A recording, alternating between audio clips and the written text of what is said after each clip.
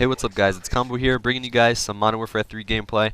We'll be playing a team deathmatch here on Mission using the M16 with the red dot and rapid fire. So today I actually wanted to introduce kind of a new little mini-series that's going to be on my channel for a few episodes. Like I said, it's a mini-series, so it's not going to run on like long. There's only going to be a few episodes, and you'll see why in just a second. But today I'll actually be kind of mocking Wings of Redemption's playstyle, and that's kind of what this series is all about, is mocking some commentators' playstyles. This, like I said, is Wings of Redemption, so the series is called Playing the, and then the commentator that I'm mocking will go after that, so thus Playing the Wings of Redemption you see in the title. So this is a pretty good spot that I learned from one of his videos. First off, I'm a pretty big Wings of Redemption fan. Like, if you guys don't know him, I'll leave his link in the description and all that kind of stuff, but the reason why I like him pretty much because he's probably my favorite commentator, one of my favorites I should say, because he's a smart guy. Like, he knows what he's talking about most of the time, and his commentaries are pretty insightful. And the gameplay for pretty much is always high scoring, and you know it may be defensive sometimes.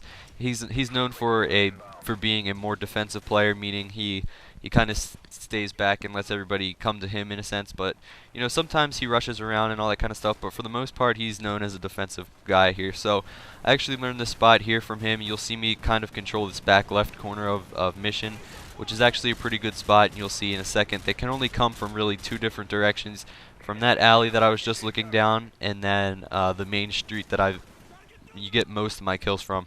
This is one of the spots, and then you can run over here and kind of find a few different head glitches to pick those guys off there. A few people actually go up in that building here in this gameplay, so that's where I get a lot of my kills.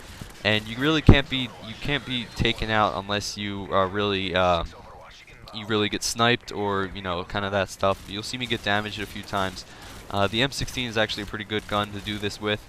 And you'll also see me put down a motion sensor there in the middle of the map, towards the middle where all the buildings are, I guess you could say. And that'll basically pick up anyone that's trying to flank around and go through the middle. So I mean, if you have this spot on lock, you pretty much have this whole map locked down.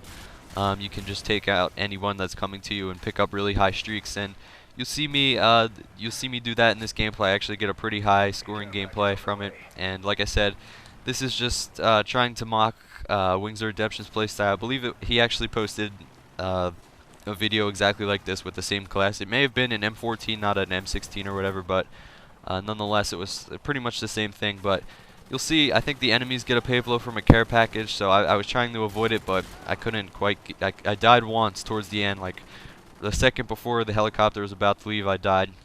I probably would have got a Moab if I had survived, but nonetheless, I mean, it was still pretty good of a gameplay.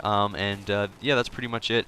If you guys have any commentator suggestions, if you want me to mock whoever's play style or whatever, let me know. I mean, there's only a few different play styles out there. Like I said, that's why it's a mini series. You know, you can't really mock everyone's play style because you're pretty much either a rusher or a defensive player.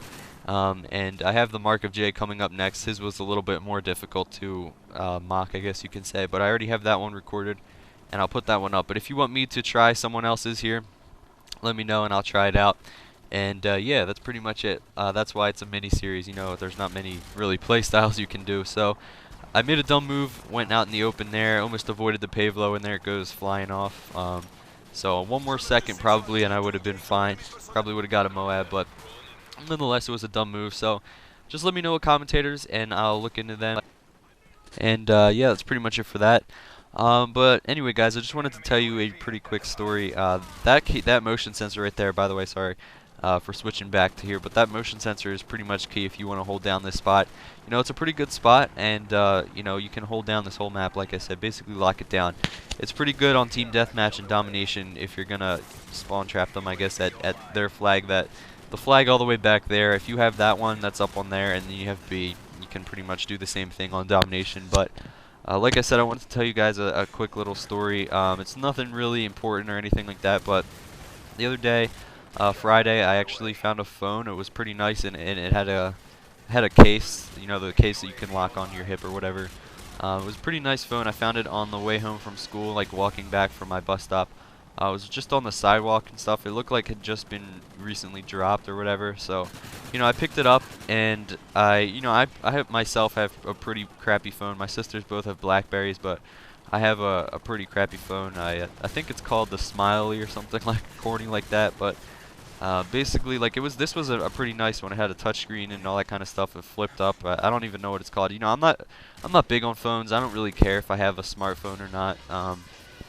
Just as long as I have Wi-Fi and my iPod Touch, I'm pretty much set. But basically, I found this phone and I texted a few of its contacts, and I found out who it belonged to and all that kind of stuff. It actually belonged to a bus driver that works for my school, and I didn't know him, but I then called the bus station. They had someone come and pick it up at my house, which was actually kind of weird because the person that the phone belonged to didn't come and pick it up directly. It was another bus driver, so just gave it to them, and apparently they gave it to the guy who it belonged to and all that kind of stuff. But I actually got a letter in the mail yesterday that said to phone finder, so I guess it was mine, obviously. So I read it, and it was a pretty nice guy, I guess. I mean, he sent me a thank you letter, and I wish I had it downstairs. I don't feel like going to get right now, but basically, he wrote me a whole like letter saying thank you. It's pretty hard to replace a phone, he said, and the information on the phone was even more important, he said. So he gave me also $10, which was extremely nice of him. It wasn't necessary at all, but I just thought it was a pretty cool thing because I guess I did the right thing by handing his phone back and all that kind of stuff, and I got rewarded for it. So I just wanted to share that with you guys. I know it was kind of a pointless story, but nonetheless, hope you guys enjoyed the commentary, and I'll see you guys later. Thanks for watching, and peace.